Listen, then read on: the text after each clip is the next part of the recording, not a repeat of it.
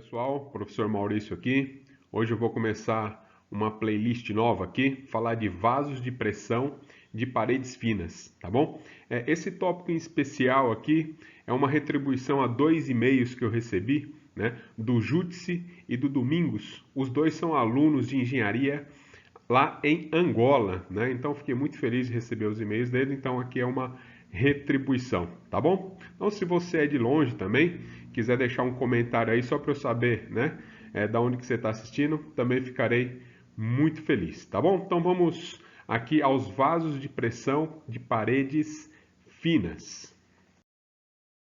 Então, o que são vasos de pressão, né? Ou exemplos de vasos de pressão. E só um detalhe, hoje eu vou falar apenas de vasos de pressão cilíndricos, tá? Numa outra gravação aí eu falo dos vasos de pressão esféricos também, tá bom? Então, hoje, vasos de pressão cilíndricos. Exemplos que a gente tem. A gente tem exemplos simples, né? Como uma latinha de refrigerante, é um vaso de pressão, tá bom? Ele é cilíndrico e ele tem uma parede fina, né? Então a gente vai ver daqui a pouco o que é parede fina. É que a espessura ela é bem menor do que o diâmetro ou do que o raio interno desse componente aqui, tá bom? Então, o vaso de pressão cilíndrico vai desde essa latinha de refrigerante simples, né? Por exemplo, extintores de incêndio são exemplos de vaso de pressão cilíndricos, né? Tanques de combustíveis, né? Aqui, ó, cilíndrico, né? O cilindro de gás que o pessoal usa aí como combustível nos carros, né? Também, né? É um vaso de pressão cilíndrico até chegar numa estrutura, por exemplo, tipo um avião, tá? Também é uma estrutura típica de um vaso de pressão, né? Tem parede fina em relação ao diâmetro, em relação ao raio interno, tá bom? Então, o que a gente vai comentar hoje, né, são as equações de tensões normais que a gente usa, né, para calcular as tensões nesses componentes, tá bom? Então vamos aqui, ó. É importante a gente ressaltar que espessura fina, né, mantém uma proporção em relação ao raio interno do nosso vaso de pressão, tá? Então, a gente diz que o vaso de pressão tem parede fina quando a espessura for pelo menos 10 vezes menor do que o raio, tá? Se você usar o diâmetro como comparação, 20 vezes menor, tá? É o mínimo isso daí. Então, isso caracteriza, né, o vaso de pressão com paredes finas, tá? Então, isso é importante para as considerações que a gente vai fazer aí na sequência. Um exemplo aqui típico de vaso de pressão cilíndrico é esse aqui, tirado lá do livro do Beer Johnson, tá? Que eu uso aí como referência. E ele indica aqui um quadradinho que a gente chama de elemento de tensão, indica aqui as tensões nesse vaso, né? Uma tensão que ele chamou de sigma 1 e uma tensão que ele chamou de sigma 2, tá? Sigma 1 é a nomenclatura que o Beer usa para identificar a tensão normal máxima.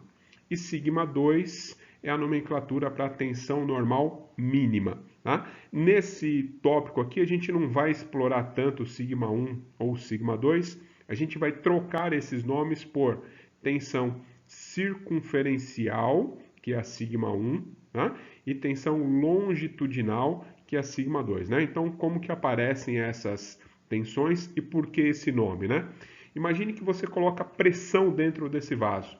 Ele vai tentar fazer duas coisas, né? Ele vai tentar aumentar o seu comprimento, ou seja, aumentar o comprimento na direção do eixo X, tá bom? Então, ele alongando no eixo X, ele está alongando no sentido longitudinal. Por isso que, né, na direção do eixo X aqui, né, o eixo do vaso de pressão, a gente vai chamar de tensão longitudinal. E a outra tensão é que quando você põe pressão nesse vaso, ele também tenta aumentar o diâmetro, né? Como se você estivesse enchendo uma bexiga, né?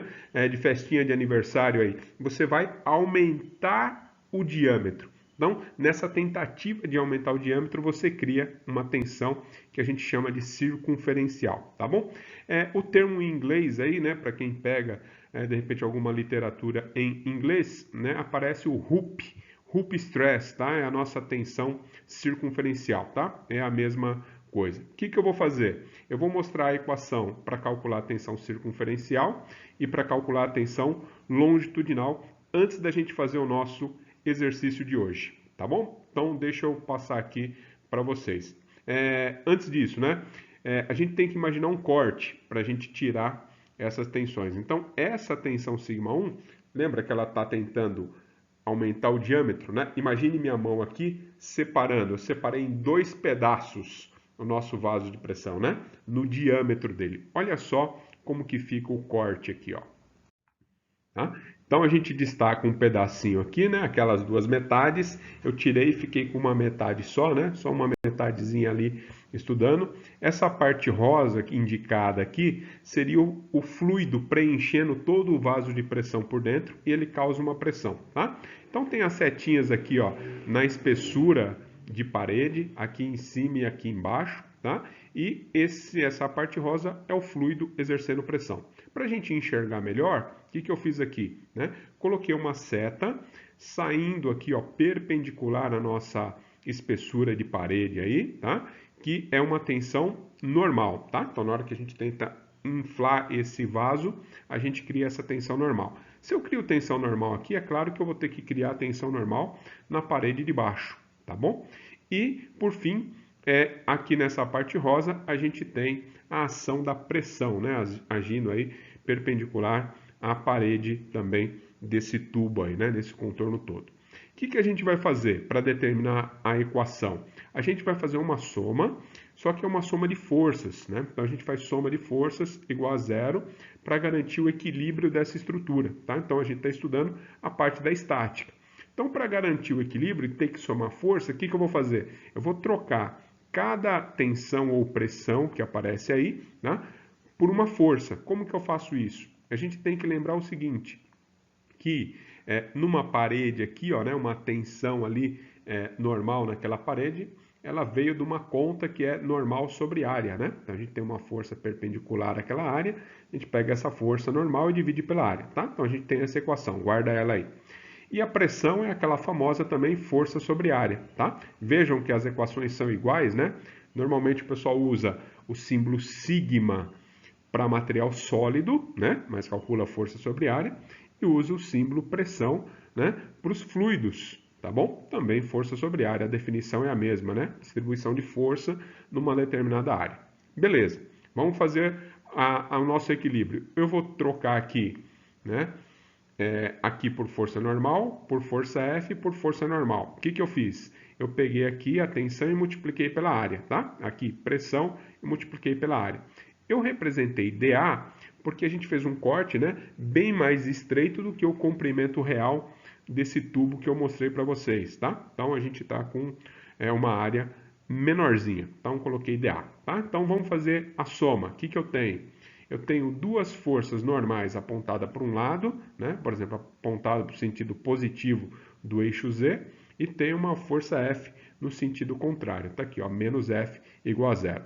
Substituo tudo isso aqui, né? Ou seja, tensão dA, né? Vezes 2, né? Tensão dA vezes 2 e pressão dA, tá? Então, o que eu fiz? Essa força F, que vai ter a pressão dA, eu já joguei para o outro lado, ficou aqui, ó, pressão vezes a área. A gente já comenta a área aqui, tá?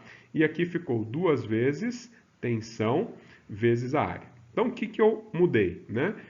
Aqui eu simplesmente havia chamado de tensão, mas a gente sabe que é a tensão na circunferência. Então, vou chamar de tensão circunferencial.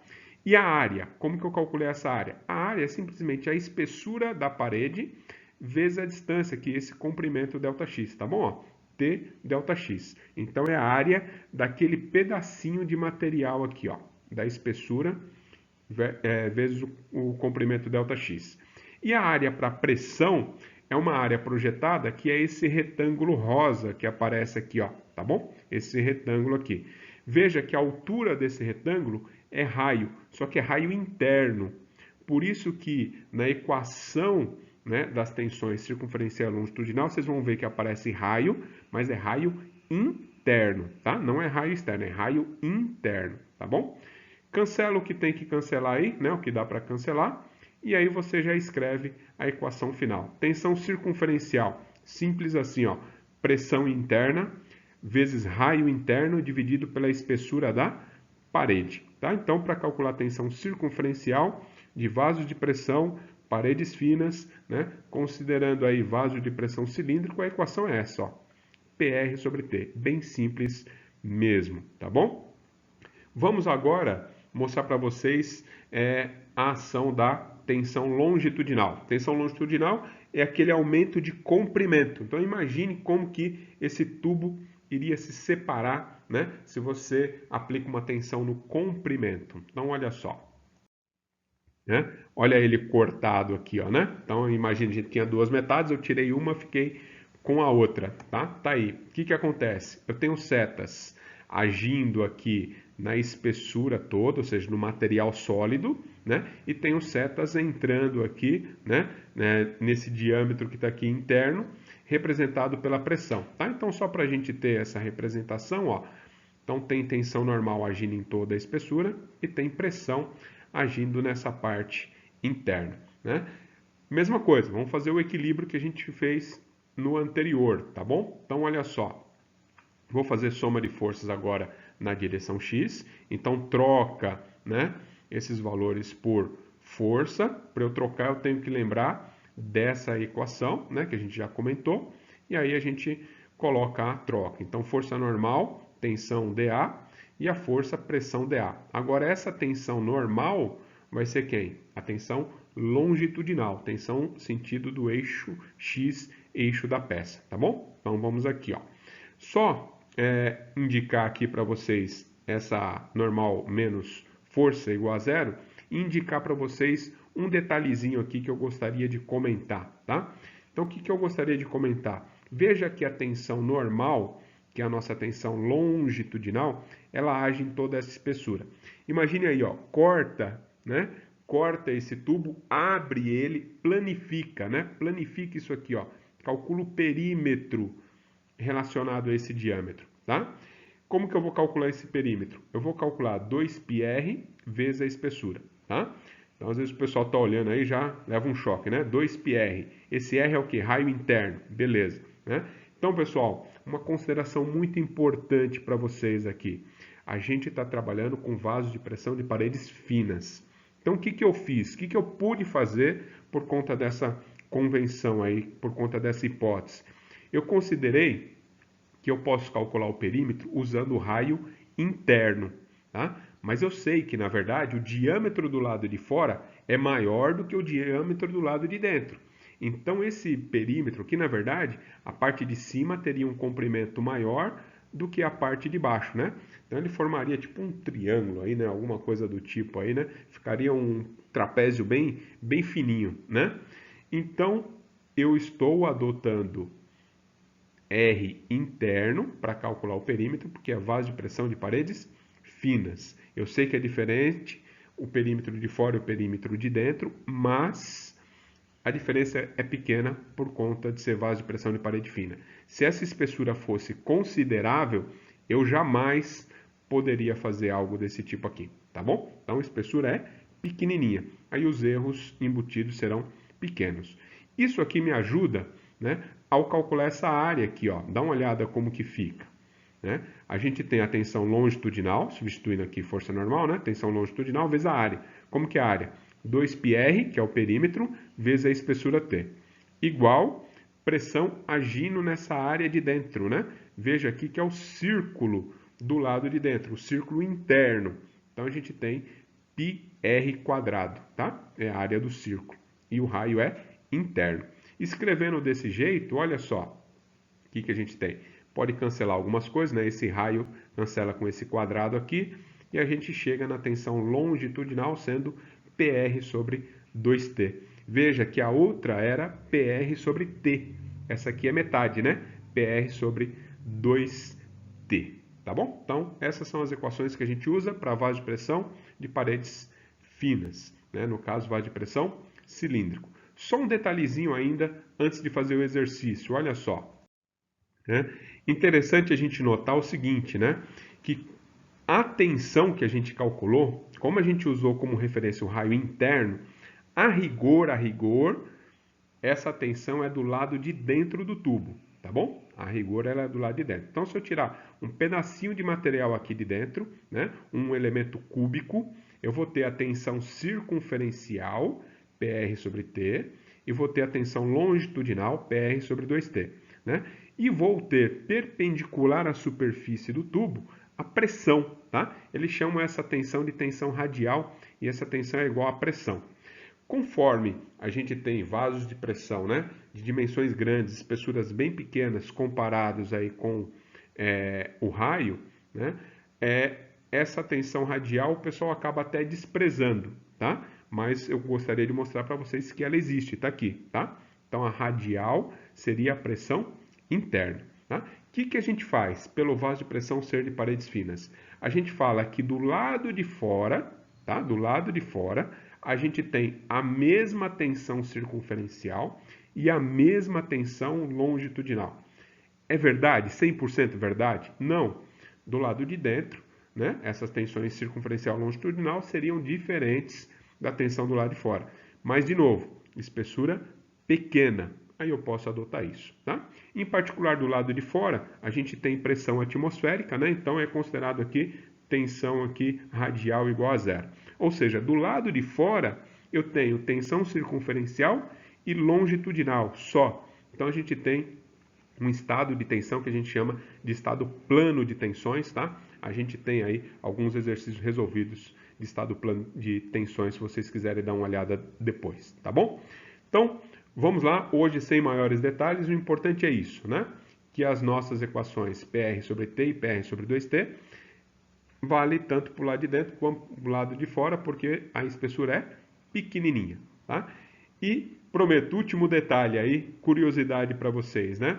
Veja que aqui eu tenho tensão longitudinal e circunferencial, porque o nosso tubo era totalmente fechado, né? Tinha tampas aí. Mas imagine o seguinte, ó. E se você tiver uma tubulação de gás, ou uma tubulação de óleo, algo do tipo, né? O fluido passa, né? Direto aí. Ele não tem uma tampa restringindo a pressão. Então, basicamente, você não vai ter tensão na longitudinal, vai ter somente a tensão circunferencial utilizada para dimensionamento dessas tubulações aí, tá bom? Então, era esse detalhezinho. Vamos ao exercício aí, finalmente, né? Olha ele aqui, ó. Esse exercício, pessoal, eu tirei de um outro livro, tá bom? Tirei do livro do Craig, que é de mecânica dos materiais também, tá? Um livro bem interessante também. Então, o exercício que eu tirei, ele fala que tem um cilindro de oxigênio utilizado por um soldador, tá? E é feito de aço e tem raio interno igual 100 milímetros, espessura de parede 12,5 milímetros. Sabendo que o cilindro é pressurizado com uma pressão igual a 10 megapascal, determine, no item A, tensões normais, circunferencial e longitudinal no corpo cilíndrico do nosso equipamento, tá? E B, a força normal de tração que aparece na solda indicado aqui no desenho, tá? Então vamos ver como que a gente calcula. Antes disso, alguns detalhes. Então, o que eu tenho de detalhe aqui, ó? Que eu tenho o vaso de pressão, a seção circular vazada, né? O raio interno 100 milímetros, tá? Então a distância aqui do centro até o raio interno 100 milímetros e essa espessura aqui 12,5. Outra informação, a tensão longitudinal e circunferencial que a gente vai calcular vale no corpo aqui do vaso de pressão, tá? Essas equações elas têm certas limitações, né? Ela não serve se você chegar muito perto aqui, ó, dessa tampa de baixo, ela não serve para você calcular tensões nessa tampa de cima, tá? Não dá, né? Ela tem limitação. Então a gente considera, né, nessa região central aqui, longe daqueles pontos ali, tá bom? Ela vale nessas situações. Tudo bem? Então vamos calcular. Bem simples aí, só aplicar a equação. Olha só.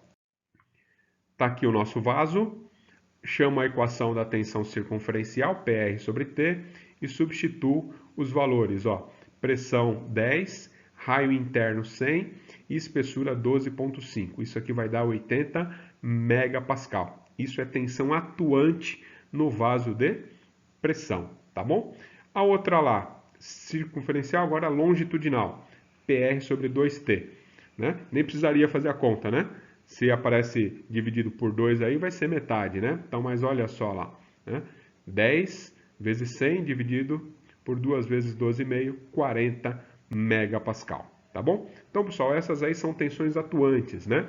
A gente bate o olho em uma e na outra, a gente bate o olho e fala, ó, a circunferencial ela é maior, né? Ela tem chances de causar o problema primeiro, né? Tipo, que tipo de problema que poderia ser causado pela tensão circunferencial? Algo desse tipo aqui, ó, no extremo, tá? Então, como que age a tensão circunferencial? Tira ela daqui, ó, e traz para cá, né?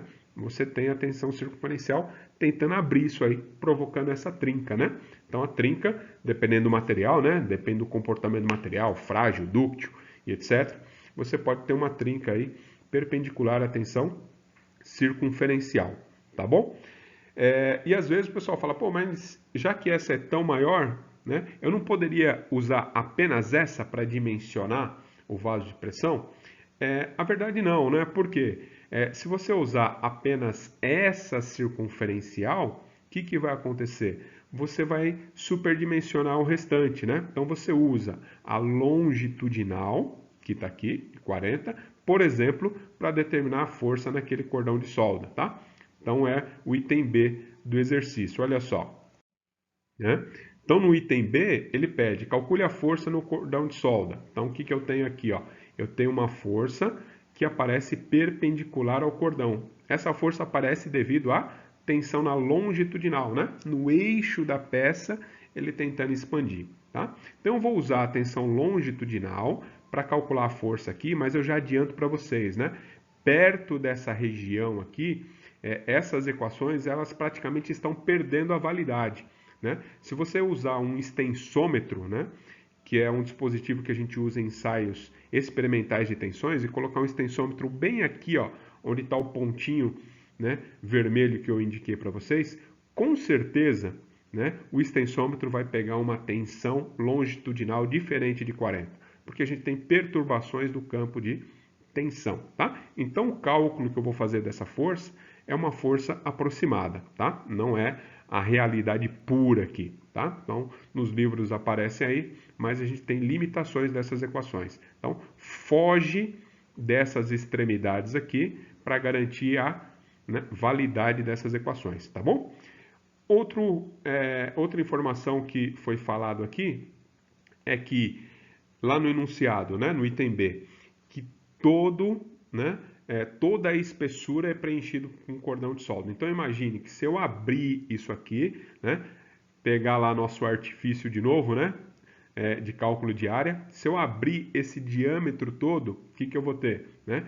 Toda essa parte cinza estaria preenchido com um metal de solda, tá? Ou material de solda. Então toda a espessura aqui. O comprimento eu vou adotar aqui 2πr, o raio interno, tá? E para calcular essa força eu vou usar a nossa conhecida força sobre área, já que a força é perpendicular, tá? Então vejam que a gente usou, né, esses dados na dedução da tensão longitudinal, tá bom? Então olha só substituindo, eu tenho normal igual tensão longitudinal vezes a área, tensão longitudinal 40 e a área 2π vezes 100 vezes 12,5. Isso aqui dá um número bem grande aí, 314,10 a terceira newton. Vou deixar aqui em quilonewton para vocês, tá bom? Então, 314 kN seria aproximadamente aí 31 toneladas de força ali, né? Uma tensão aí até baixa, né? 40 megapascal, tá bom? Então você usa essa tensão para dimensionar cordão de solda, né? Então se você dimensionar com a outra tensão de 80, você vai ter, né, considerar o dobro de solda ou uma solda com a resistência superior àquela, né? E tudo fica mais caro. Então, para dimensionar corretamente, né, você usa aqui as tensões longitudinais, tá? Para dimensionar aqui a fixação dessas tampas. Tudo bem, turma? Então, esse é o primeiro exercício. Em breve a gente grava outros aí de vaso de pressão, tá bom? Espero que tenha gostado aí. Até mais.